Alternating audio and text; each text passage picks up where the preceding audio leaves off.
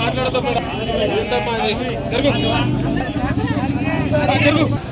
చెప్పండి.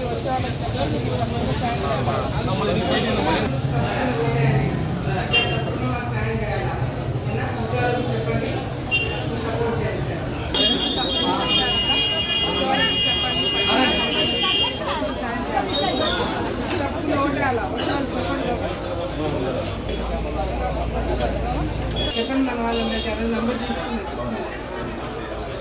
ప్రచారం గేట్ తగిలింది ఇస్తాను. కూటమి ప్రభుత్వం వస్తుంది. 122 స్థానాలతో అధికారంలో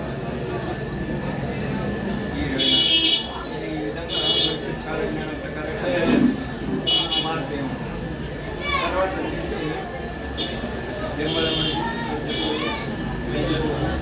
ఆలగడ్డ, నంద్యాల, వనగానపల్లి ఇవన్నీ కూడా 122 స్థానాల్లో ఉంటాయి. ఇక మీకు ఎంత జాతి వచ్చిందో కూడా కొద్దిగా టైం చెప్పగలరు.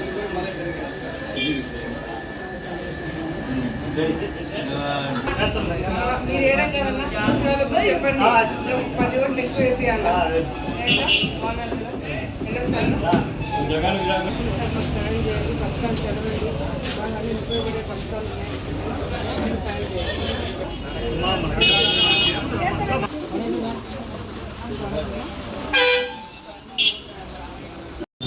ఈరోజు ఆలగడ్డ నియోజకవర్గంలో జరుగుతున్న ఈ మార్పులు చేర్పులు చూస్తుంటే వైసీపీ నాయకులు అన్నీ సర్దుకొని వెళ్ళిపోవడానికి అందరూ కూడా సిద్ధమవుతున్నారు.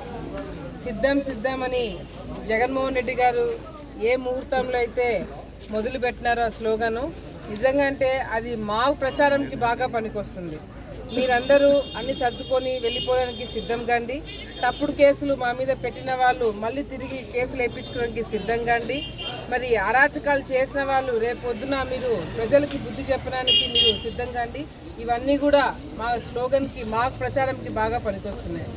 ఈరోజు మీరు చేసే అరాచకాలు ఏ స్థాయికి చేరుకున్నాయంటే మీకు ఇన్ని సంవత్సరాలు దాదాపుగా 30 సంవత్సరాలు మీకు చాకరీలు చేసి మిమ్మల్ని మోసి మీరు ఎన్ని ఇబ్బందులు పెట్టినా ఏం చేసినా మీతో పాటు ఉండి నడిచి ఈరోజు కార్యకర్తలు ఎన్ని ఇబ్బందులు పడినా కూడా అధికారంలోకి వచ్చిన తర్వాత కార్యకర్తలను పట్టించుకోకపోవడం ఒకటి, కార్యకర్తల దగ్గర ఉన్న ఆస్తులు భూములు లాక్కోవడం అనేది నీచమైన రాజకీయాలు మీరు చేయడంతో మీ కార్యకర్తలు ఇన్ని సంవత్సరాలు మీకు చేసిన వాళ్ళే ఈరోజు మనసు విరిగిపోయి మళ్ళీ తెలుగుదేశం పార్టీ అధికారంలోకి వస్తేనే భూమా కుటుంబం నుంచి మేము వస్తేనే కార్యకర్తలను కాపాడుకోగలుగుతాము, గ్రామాలలో నాయకత్వం కాపాడుకోగలుగుతామనే ఒక నమ్మకంతో ఈరోజు అందరూ కూడా మా దగ్గరికి రావడం జరుగుతుంది.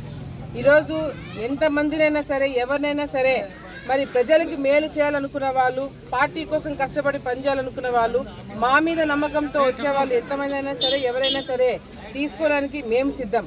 కానీ ఈరోజు మీ పరిస్థితి ఏ విధంగా తయారైందంటే అధికారం పార్టీలో ఉండి ఎమ్మెల్యేలకు మీరే, ఎమ్మెల్సీలుగా మీరే, మంత్రులుగా మీరే, ముఖ్యమంత్రిగా మీరే, ఎంపీలు మీరే, అన్ని వైసీపీ నాయకులు సంపాదించుకున్న పదవులు కూడా ఈరోజు కార్యకర్తలని ప్రజలని మార్పు తీసుకురాలేకపోయినారు.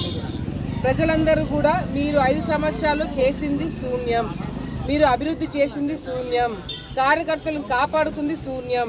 సో ఏది మీరు చేయలేదు కాబట్టి 5 సంవత్సరాలు అధికారం వస్తే మీరు ఏ విధంగా తయారవుతారు, మీ మెంటాలిటీ ఏంటనేది ప్రజలందరూ కూడా అర్థమైపోయింది. ఈరోజు మీరు అధికారంలో ఉన్నప్పుడు మీరు చుక్కలు చూపించారు ప్రజలకి. ఈరోజు ప్రజలందరూ కూడా ఎన్ని ఇబ్బందులు పడుతున్నారో మీరు చుక్కలు చూపించారు.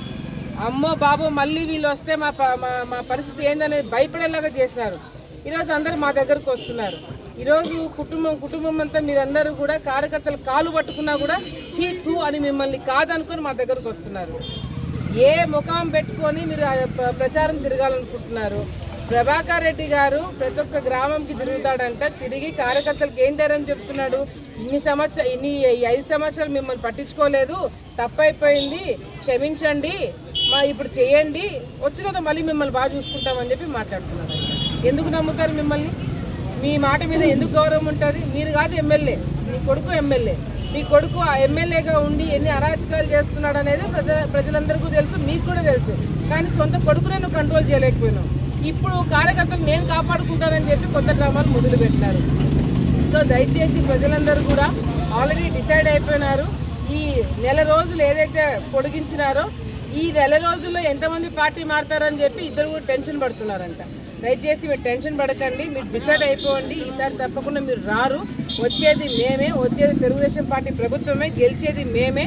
రేపు పొద్దున అభివృద్ధి అనేది ఏ విధంగా ఉంటుందో మీకు చేసి చూపిస్తాం. దానికైనా మీరు అందరూ కూడా సిద్ధం కావాలని చెప్పి కూడా సందర్భంగా తెలియజేసుకుంటున్నాం.